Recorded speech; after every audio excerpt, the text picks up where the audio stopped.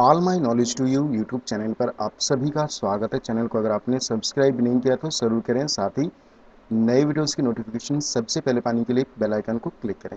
इस वीडियो में आप देख रहे हैं बहुत ही इंपॉर्टेंट वीडियो, अलंकार। अगर आपने इस वीडियो को पूरा देख लिया तो आप कुछ ही सेकंड में अलंकार का पता लगा पाएंगे। देखिए, अलंकार से रिलेटेड प्रश्न UP board, Delhi board, CBSE board, MP board सभी बोर्डों में पूछे जाते हैं और बच्चे बहुत गलती कर देते हैं। अभी तक जो भी आपने पढ़ा और जो भी वीडियोस अगर आपने देखा भी है, लेकिन इस वीडियो को देखने के बाद आप अलंकार, आपके बाएं हाथ का खेल हो जाएगा अलंकार समझना। तो वीडियो को आप एंड तक ज़रूर देखें, आप बिल्कुल डेफिनेटली समझ जाएंगे। मैं इस तरह से समझाऊंगा मैं आपको। तो चलिए शुरू करते हैं अलंकार के प्रकार से। देखिए, अलंकार दो प्रकार के होते हैं। ठीक है, अलंकार दो प्रकार के होते हैं। पहला होता है शब्दालंकार। शब्दों से रिलेटेड जो अलंकार होते हैं वो होते हैं शब्द अलंकार। ठीक है, अब देखिए, शब्द अलंकार के चार पार्ट्स हैं, अर्थात शब्दालंकार भी चार प्रकार के होते हैं। सबसे पहले स्टार्ट करते हैं अनुप्रास अलंकार से। बिल्कुल आप मेरी बात को ध्यान से सुने, आप डेफिनेटली आप समझ जाएंगे। ठीक है, पहला होता है अनुप्रास अलंकार। इनमें देखिए वर्ण की पुनरावृत्ति होती है। देखिए, वर्ण क्या होता है? क, ख, ग, घ, अंग, ये सारे होते हैं। देखिए, वर्ण होते हैं। कोई भी क से लेके क, ख, ग, घ, च, छ, ज, झ, ये सारे वर्ण होते हैं। ठीक है, जहां भी आपको किसी भी छंद में वर्णों की पुनरावृत्ति अगर होती है तो उसमें अनुप्रास अलंकार आता है। ठीक है, तो मैं एक एग्जाम्पल में आपको बता देता हूं। चारू चंद्र की चंचल किरणें खेल रही हैं जलथल में। अब देखिए, यहाँ पर चारू, चंद्र और चंचल, इन तीनों में ही च वर्ण की पुनरावृत्ति हो रही है। मैंने अलग कलर से यहाँ पर मैंने हाईलाइट किया हुआ है च वर्ण को। देखिए, च इसमें वर्ण है। ठीक है, तो यहाँ पर डेफिनेटली 100% यहाँ पर अनुप्रास अलंकार होगा। ठीक है, चारु, चंद्र और चंचल, इनमें च वर्ण की पुनरावृत्ति हो रही है, जिसके कारण यहाँ पर अनुप्रास अलंकार है। ठीक है, ये तो होगी वर्ण की पुनरावृत्ति। अब देखिए, दूसरा अलंकार है पुनरुक्ति प्रकाश अलंकार। पुनरुक्ति प्रकाश में शब्द की पुनरावृत्ति। शब्द आप समझते हैं, शब्द इज वर्ड। वर्ड मीन्स कोई भी शब्द ले लीजिए, जैसे जाना, खाना, पीना, ये सारे शब्द होते हैं। जाना ये एक शब्द हो गया, खाना ये एक शब्द हो गया। आपने वर्ण और शब्द में अंतर आपको पता करना है। देखिए, ये होते हैं शब्द और ये होते हैं वर्ण। ठीक है, तो यहाँ पर देखिए मैंने एक एग्जाम्पल दिया हुआ है। फेरी झूमी झूमी वर्षा की ऋतु आई, फेरी बादर निगोरे झुकी झुकी बरसे लगे। तो देखिए, यहाँ पर झुमी झुमी, तो दो शब्द हैं यहाँ पर, झुमी और झुमी दो शब्द हैं। यहाँ पर देखिए झुकी झुकी, ये भी दो शब्द हैं। तो शब्दों की पुनरावृत्ति हो रही है, जिसके कारण यहाँ पर होते हैं, ये होते हैं पुनरुक्ति प्रकाश अलंकार। ठीक है, अलंकार इनमें और भी अलंकार होते हैं, शब्दालंकार में और भी इसकी प्रकार होते हैं। उसकी वीडियोस में अगर आप हमारी वीडियो के कमेंट में लिखेंगे तो मैं इसका पार्ट 2 जरूर मैं आप लोगों को प्रोवाइड कराऊंगा। लेकिन फिलहाल आप इन चारों अनुप्रास को आप अच्छे से समझ लीजिए। शब्दालंकार में तो अनुप्रास अलंकार में वर्णों की पुनरावृत्ति, पुनरुक्ति प्रकाश में शब्दों की पुनरावृत्ति होती है। ठीक है, अब देखिए, तीसरा अलंकार होता है यमक अलंकार। यमक अलंकार में देखिए शब्दों की पुनरावृत्ति होती है, लेकिन उनके अलग अर्थ होते हैं, अर्थ अलग अलग होते हैं। जैसे मैं आपको एक एग्जाम्पल दे रहा हूं मैं आपको। कनक कनकते सौगुनी मादकता अधिकाए, या खाए बौराए जग, वा खाए बौराए। देखिए, यहाँ पर कनक कनक ये एक ही शब्द है, लेकिन दो बार प्रयोग हुआ है। इसका मतलब है कि कनक, इसका अर्थ अलग है और इसका अर्थ अलग है, अलग अलग अर्थ है। ठीक है, एक पहले कनक का अर्थ है धतुरा और दूसरे कनक का अर्थ है सोना। तो यमक का अर्थ ही है जुड़वा। ठीक है, यमक का अर्थ क्या होता है? जुड़वा। ठीक है, तो यहां पर आप इसे समझ सकते हो कि जहां शब्दों की पुनरावृत्ति हो लेकिन उन शब्दों के अर्थ अलग अलग हो, तो वहां यमक अलंकार आता है। यहाँ पर मैंने हाईलाइट किया हुआ है अलग कलर में, कनक कनक। यहाँ पर दो शब्द है, दोनों एक ही शब्द है लेकिन उनके अर्थ अलग अलग है। ठीक है, होप आपको ये तीनों अलंकार आपको बहुत अच्छे से समझ में आ गया। अब देखिए श्लेष अलंकार। श्लेष का अर्थ होता है, देखिए चिपकना।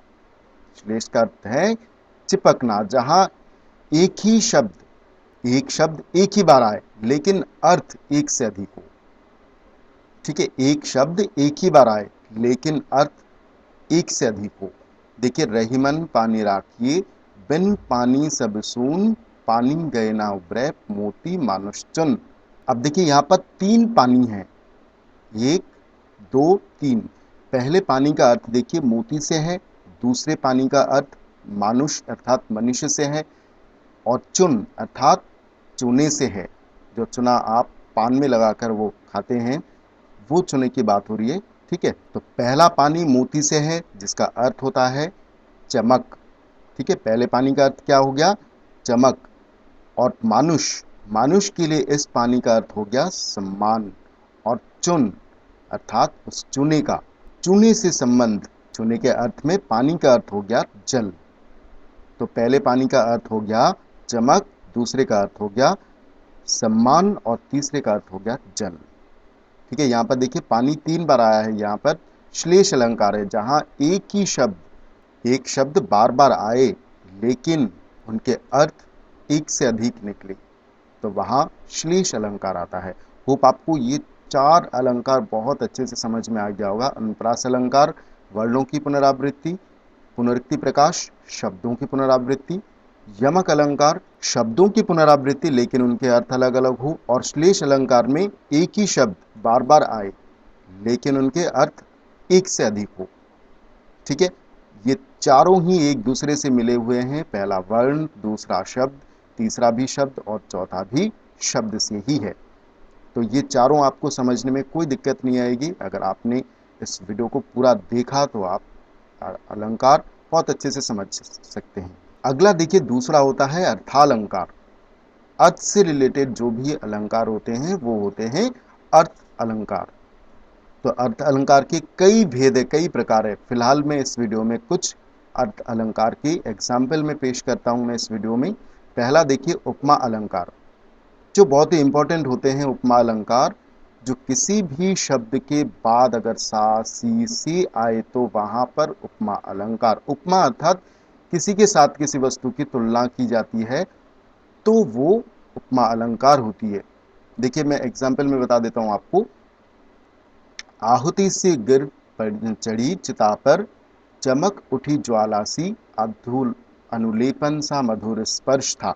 अब देखिए आहुति सी, यहाँ पर योजक चिन्ह विद सी से सा ऐसे शब्द आते हैं तो वहां पर उपमा अलंकार का प्रयोग होता है। सी का मतलब क्या होता है, के समान या के जैसा। ठीक है, तो उपमा अलंकार, उपमा का अर्थ ही है किसी के साथ किसी की उपमा करना, तुलना करना। ठीक है, किसी के साथ किसी की कंपेयर करना। ठीक है, उपमा का अर्थ क्या होता है, तुलना करना।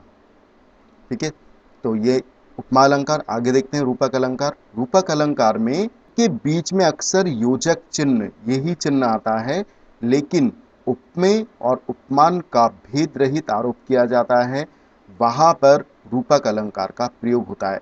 अब देखिए मुख चंद्र, मुख चंद्र का क्या अर्थ हुआ, मुख चंद्रमा के समान है। मुख का अर्थ क्या होता है, चेहरा, और चंद्र अर्थात चंद्रमा, तो मुख चंद्रमा के समान है। मन सागर, मन किसके समान है, हृदय सागर, सागर अर्थात समुंदर के समान है। ठीक है, तो इसमें इसलिए इसमें रूपक अलंकार है। जहां उपमेय, उपमेय क्या है, मुख है, मुख इस उपमेय। और चंद्र, चंद्र अर्थात चंद्रमा, ये होते हैं उपमान।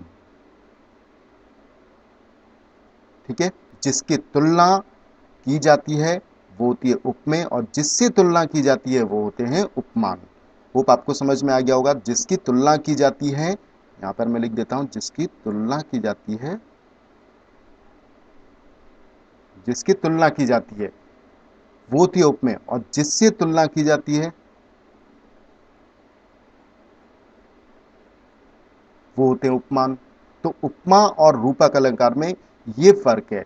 ठीक है, इसमें तो सी सा से इससे आप पता लगा सकते हैं कि उपमा अलंकार है, लेकिन रूपक अलंकार में क्या होता है, इनके बीच में अक्सर योजक चिन्ह आते हैं, लेकिन इसके बाद सी सा ये शब्द नहीं आते, ये अक्षर नहीं आते हैं।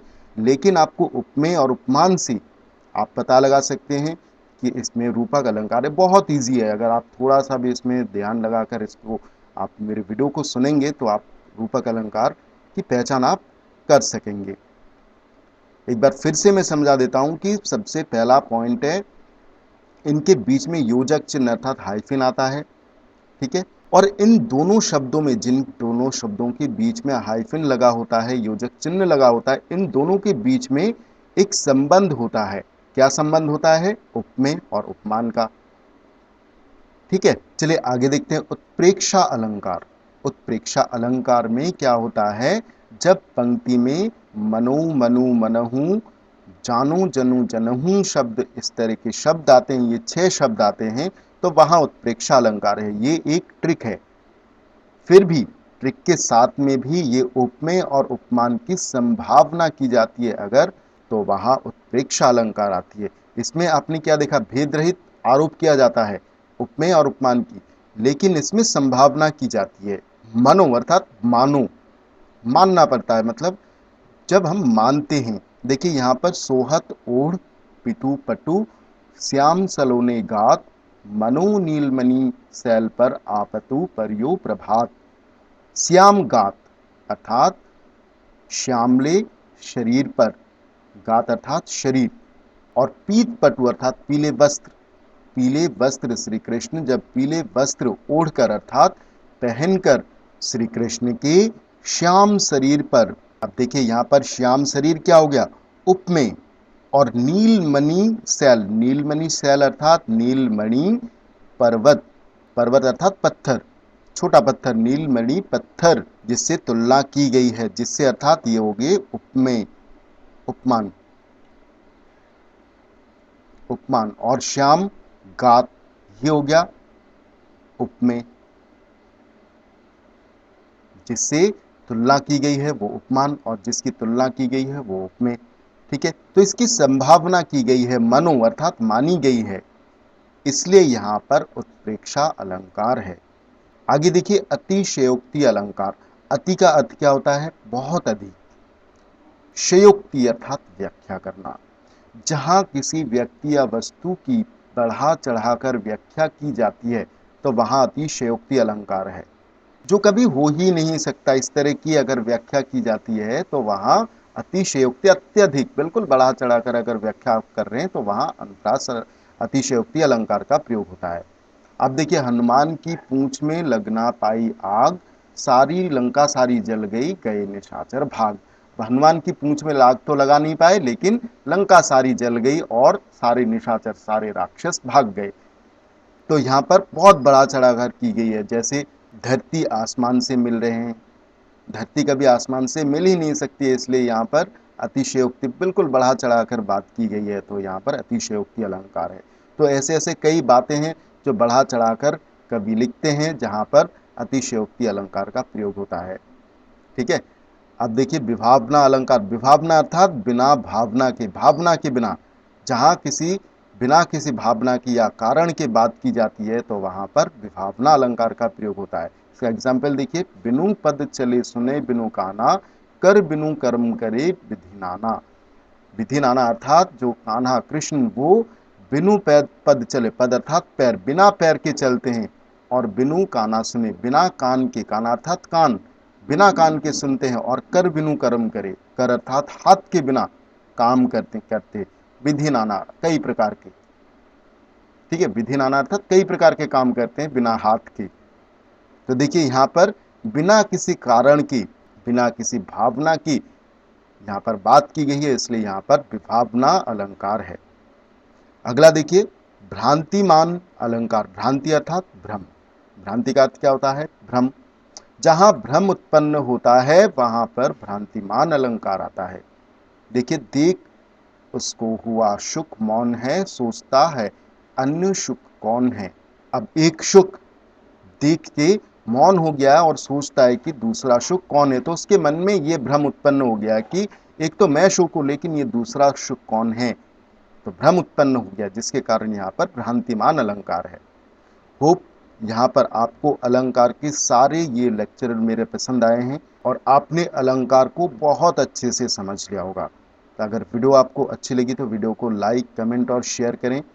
सो मिलते हैं अगले वीडियो में। Thank you.